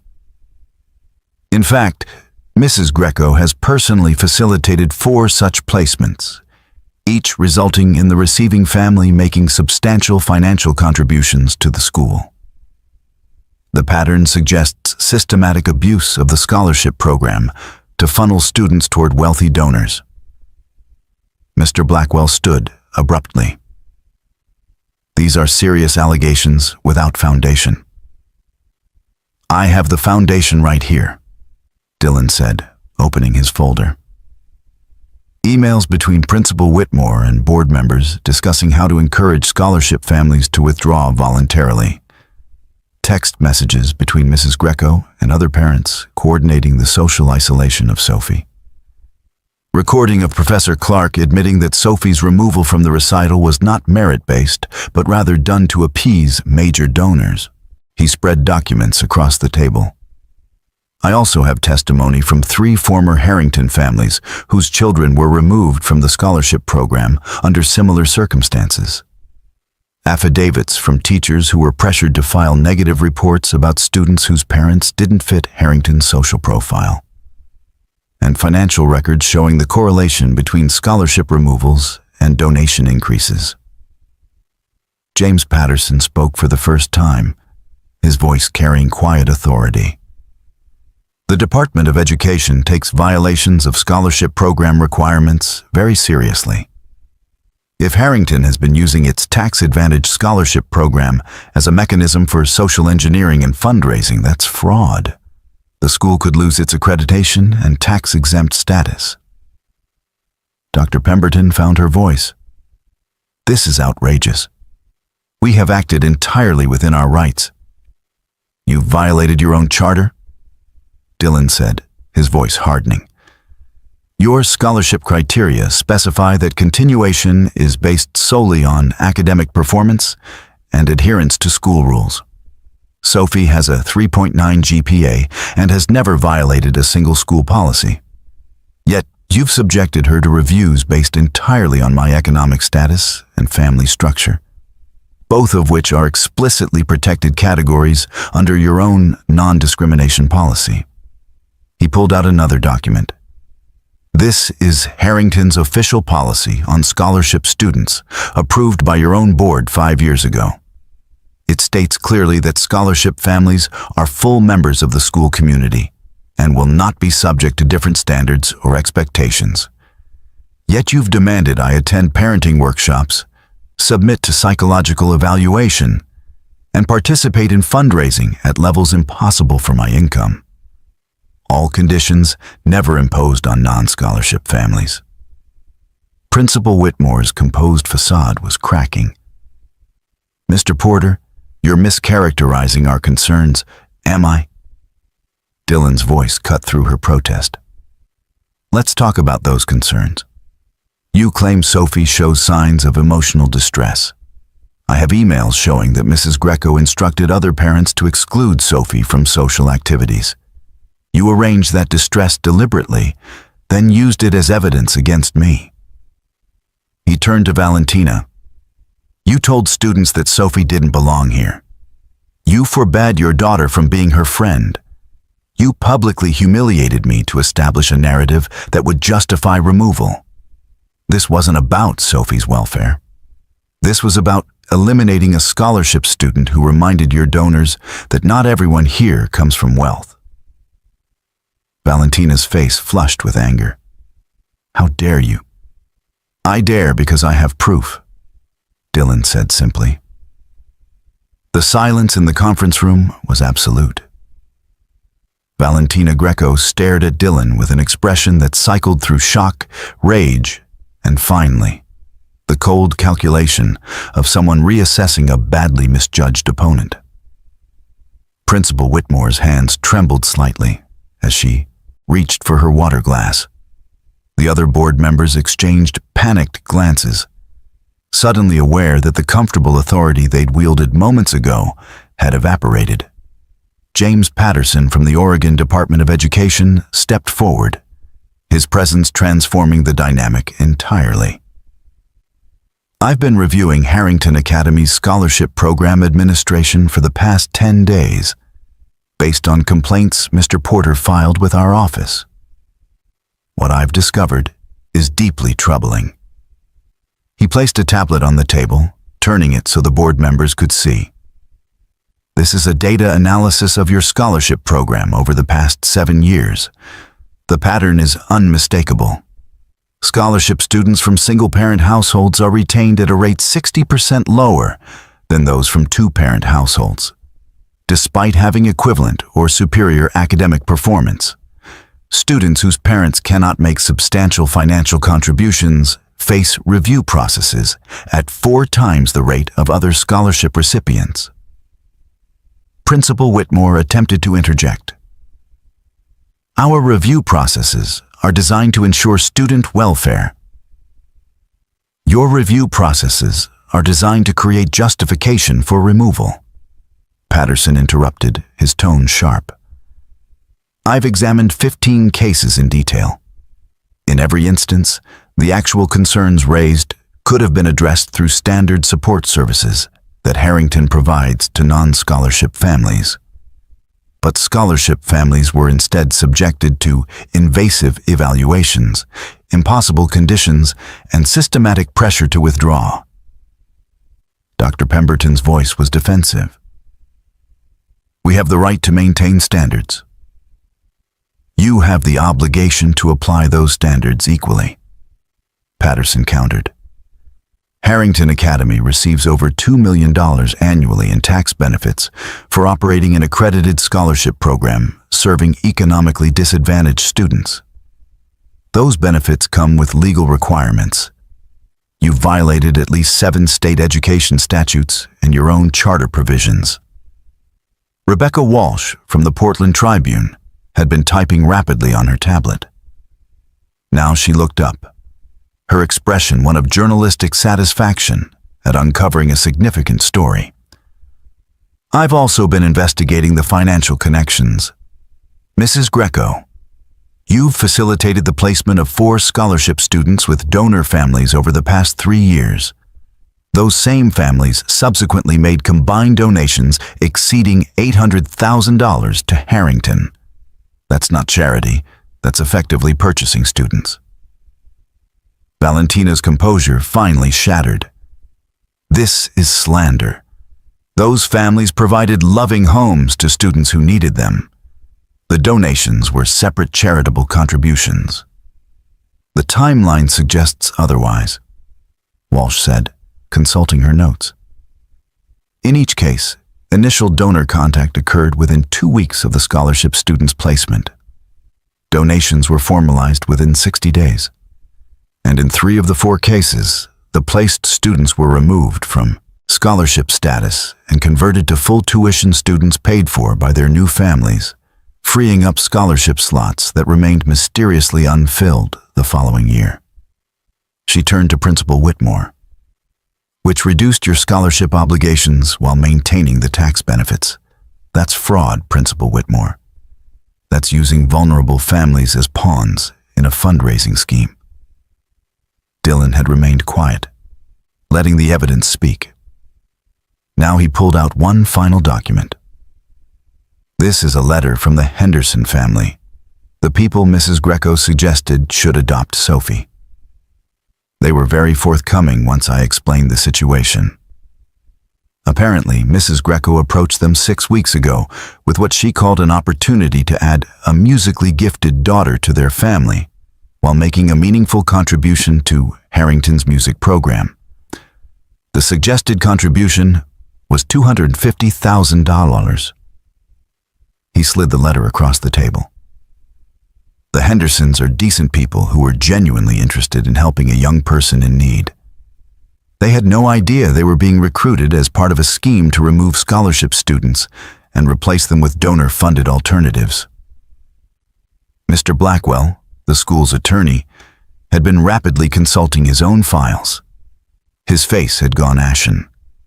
Principal Whitmore, I need to speak with you and the board privately, immediately. That won't be necessary, Patterson said. The Department of Education will be conducting a formal investigation beginning tomorrow. Harrington's accreditation is suspended pending the outcome. All scholarship-related decisions made in the past 18 months are frozen until reviewed for compliance with state and federal education law. He looked directly at Principal Whitmore. This means Sophie Porter's scholarship status is fully reinstated without conditions. Any attempt to retaliate against her or her father will be considered obstruction of a state investigation and will result in immediate revocation of Harrington's operating license. Principal Whitmore seemed to age 10 years in that moment. Her carefully constructed world of controlled admissions and cultivated donors was collapsing around her. "Mr. Patterson, surely we can discuss this reasonably." "There's nothing to discuss," Patterson said flatly. "You've systematically violated the public trust.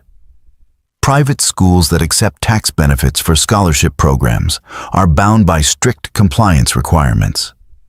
You've treated those requirements as suggestions and vulnerable families as resources to exploit. The consequences will be severe." Dylan spoke again, his voice quiet but carrying absolute authority. "I want to be clear about something. I didn't do this for revenge. I did this because Sophie deserves better. All the scholarship students deserve better. You took families who were working hard to give their loved ones opportunities, and you made them feel ashamed. You weaponized their economic circumstances against them.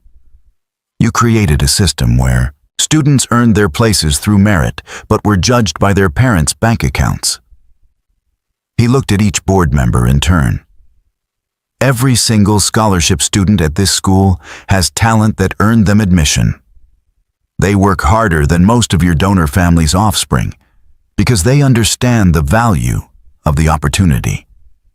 And you've been systematically telling them they don't belong, that their families are insufficient, that they should be grateful for whatever scraps of dignity you choose to offer." Valentina Greco found her voice, though it lacked its earlier confidence. "Mr. Porter, you clearly have more to your background than you've shared. Perhaps if you'd been forthcoming about your credentials." "My credentials are irrelevant," Dylan interrupted. "I shouldn't need a prestigious past to be treated with basic respect. The mechanic's daughter deserves the same opportunities as the billionaire's daughter if she has the talent and work ethic. That's supposed to be the entire point of scholarship programs. But you've perverted that mission into a social sorting mechanism that protects privilege and punishes difference." He stood, gathering his documents. "Sophie will remain at Harrington under her full scholarship. She will not be subjected to any special reviews or conditions beyond those applied to all students. She will participate in the spring recital performing the Paganini piece she's been practicing, because Professor Clark's own rubric shows she's the most qualified student for that performance."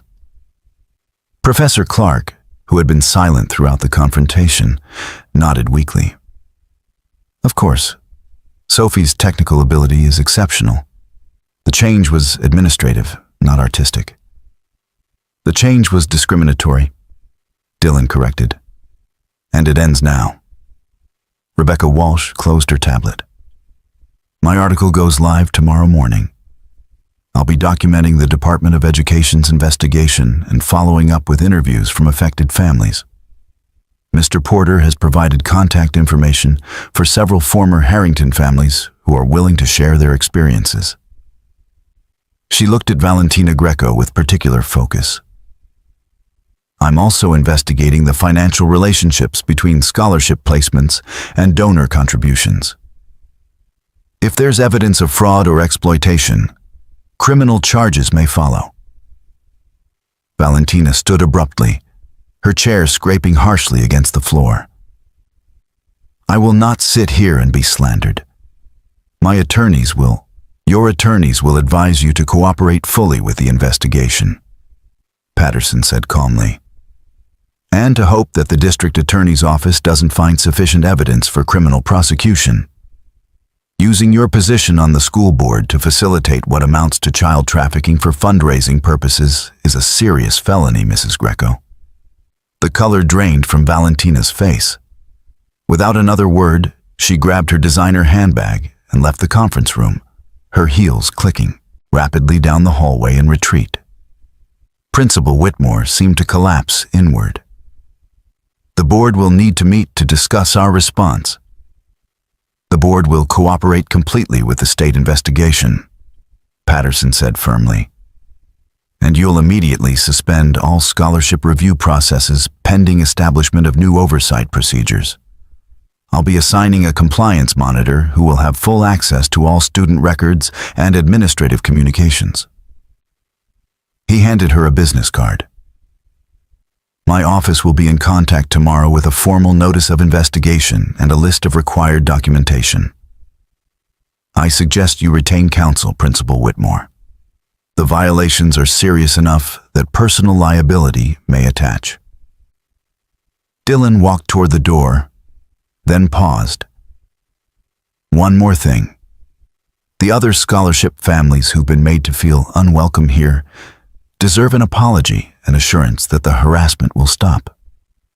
If I hear of any retaliation or continued discrimination, I'll be back with more documentation and more witnesses. This ends completely, or it becomes a much larger problem for everyone involved. He left the conference room without waiting for a response. In the hallway, he found Sophie waiting on a bench with Isabella beside her. The two girls had apparently reconciled on their own, united by the injustice they'd witnessed. When Sophie saw her father, she jumped up and ran to him. "Did we win?" she asked, her voice a mixture of hope and fear. Dylan knelt down to her level, taking both her hands. "We won, sweetheart. You're staying at Harrington. You're performing your Paganini piece. And nobody is going to make you feel like you don't belong here anymore." Sophie threw her arms around his neck, and Dylan held her tight, feeling the weight of the past months lifting from his shoulders. Over Sophie's shoulder, he saw Isabella watching with tears in her eyes. "I'm sorry," Isabella said quietly. "My mother was wrong. You do belong here, Sophie. You're the best violinist in the whole school." Sophie pulled back from Dylan and went to her friend, hugging her fiercely. "It's not your fault. I'm just glad we can be friends again." The two girls held each other while Dylan stood, watching them reclaim the friendship that had been taken from them. This was what mattered. Not the confrontation in the conference room or the victory over institutional discrimination.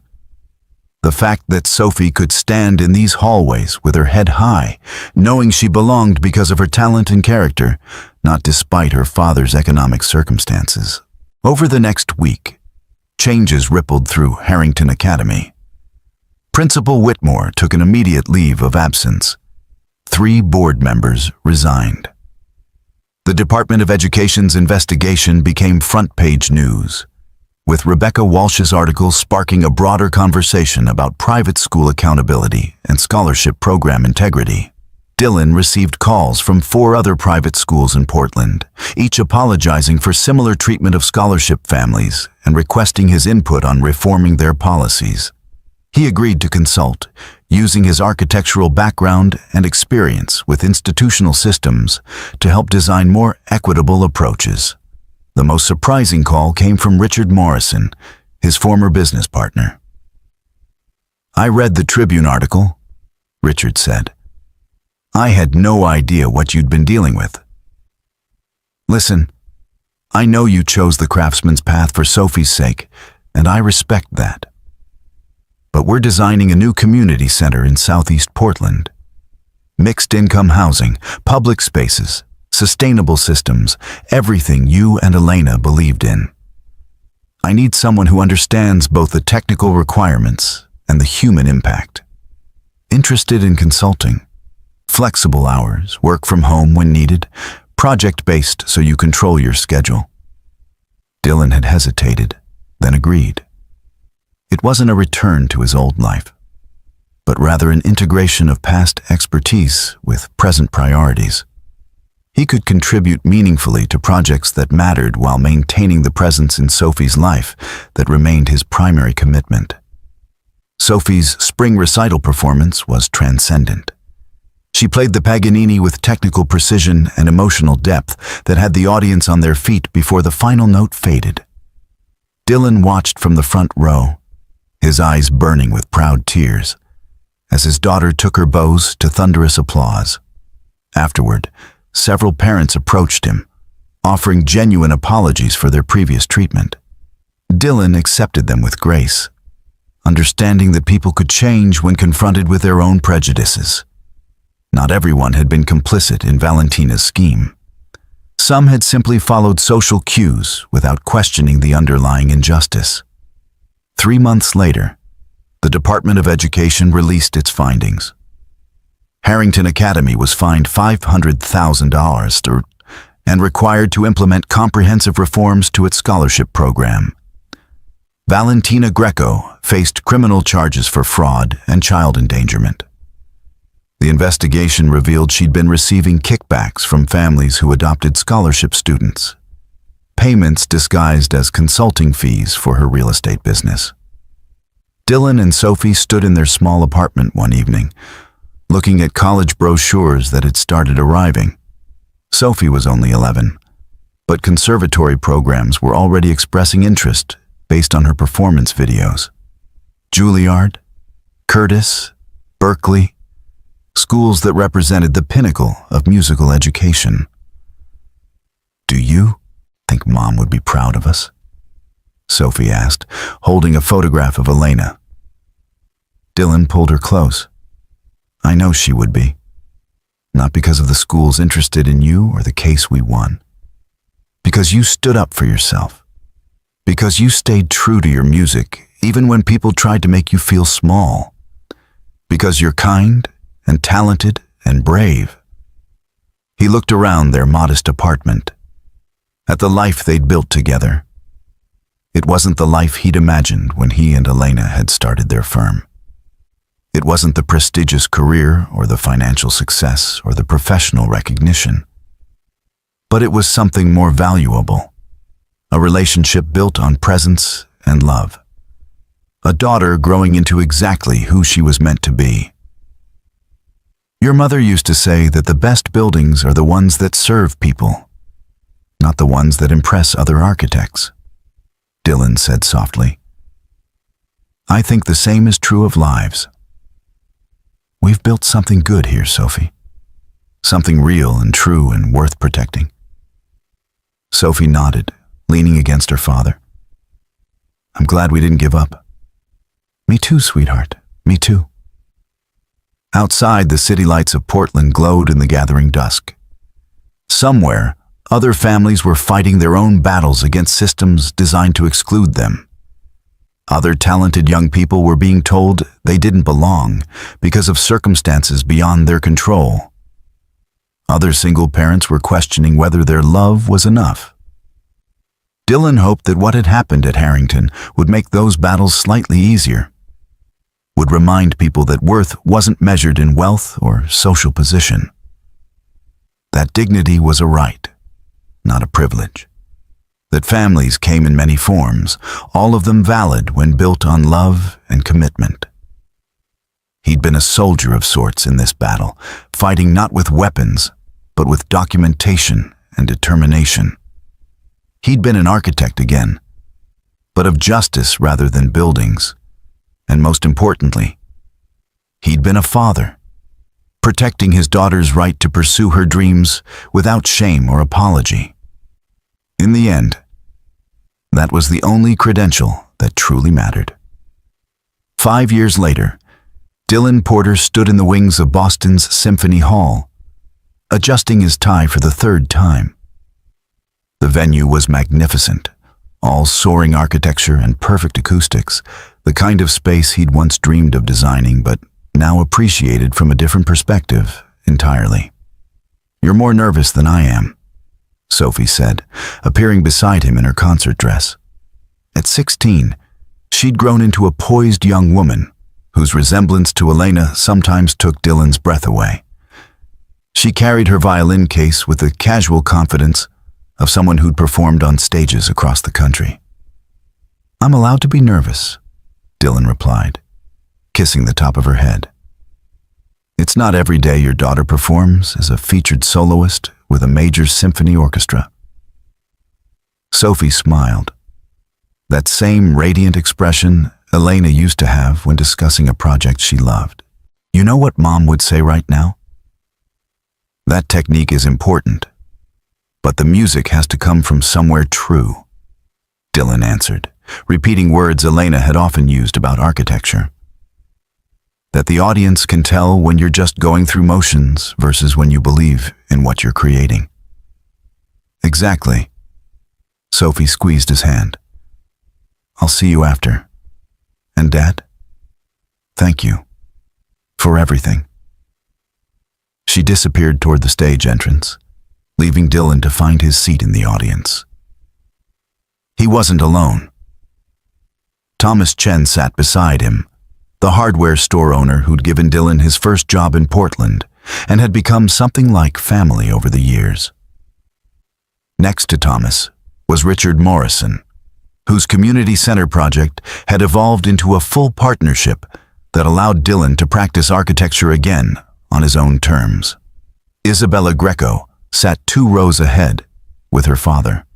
Valentina had lost custody during the criminal proceedings, and Isabella's father had proven to be a kind man who'd been largely absent during his ex-wife's schemes. Isabella and Sophie had remained close friends, their bond strengthened by the adversity they'd faced together. Several other Harrington Scholarship families were scattered throughout the audience. Families Dylan had helped advocate for after his case exposed the systemic problems. The reforms at Harrington had spread to other private schools across Oregon, changing policies that had excluded deserving students for generations. Rebecca Walsh was there too, her investigative series on private school discrimination having won a regional journalism award and sparked legislative changes. She'd become a friend, someone who understood the importance of holding powerful institutions accountable. The lights dimmed. The orchestra took their positions, and then Sophie walked onto the stage, her violin in hand, looking small against the vast space, but utterly composed. The conductor raised his baton.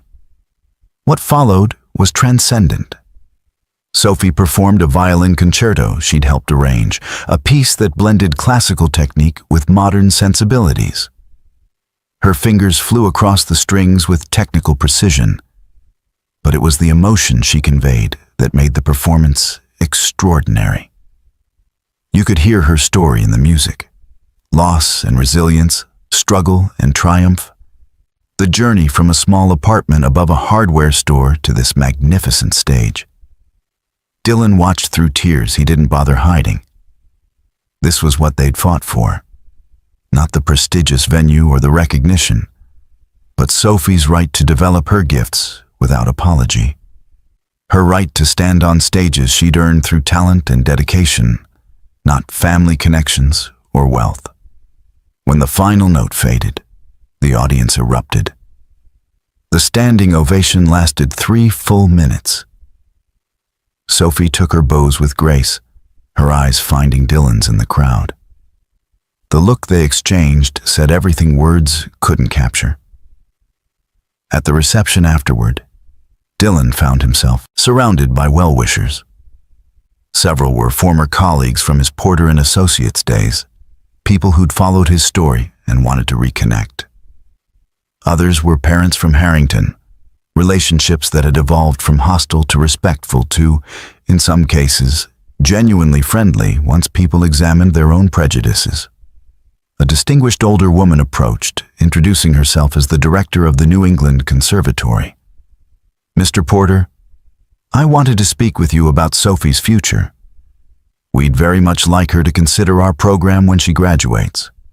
Full scholarship, naturally, based on merit. Dylan shook her hand. Sophie makes her own decisions about her future, but I'll make sure she knows about your interest. I also wanted to say, the director continued, that your case 5 years ago changed how we evaluate students. We implemented new policies ensuring that talent is recognized regardless of family circumstances. You did more than fight for your daughter. You fought for every young person who deserves a chance. Later, as Dylan and Sophie walked through Boston streets toward their hotel, she linked her arm through his. Do you ever wonder what life would have been like if we'd given up? if I'd gone to live with the Hendersons? Dylan stopped walking, turning to face her. Not for a single second. This, right here, this is exactly where we're supposed to be. Together. Sophie hugged him tightly. I love you, Dad. Thank you for being stubborn enough to fight for us. I love you too, sweetheart, and I'd do it all again in a heartbeat. They continued walking, a father and daughter who'd faced down systems designed to separate them and emerged stronger. Behind them, Symphony Hall's lights glowed against the night sky, a monument to the power of music and the importance of fighting for what matters most. Somewhere, Elena was smiling. Up next, you've got 2 more standout stories right on your screen. If this one hit the mark, you won't want to pass these up. Just click and check them out. And don't forget to subscribe and turn on the notification bell so you don't miss any upload from us.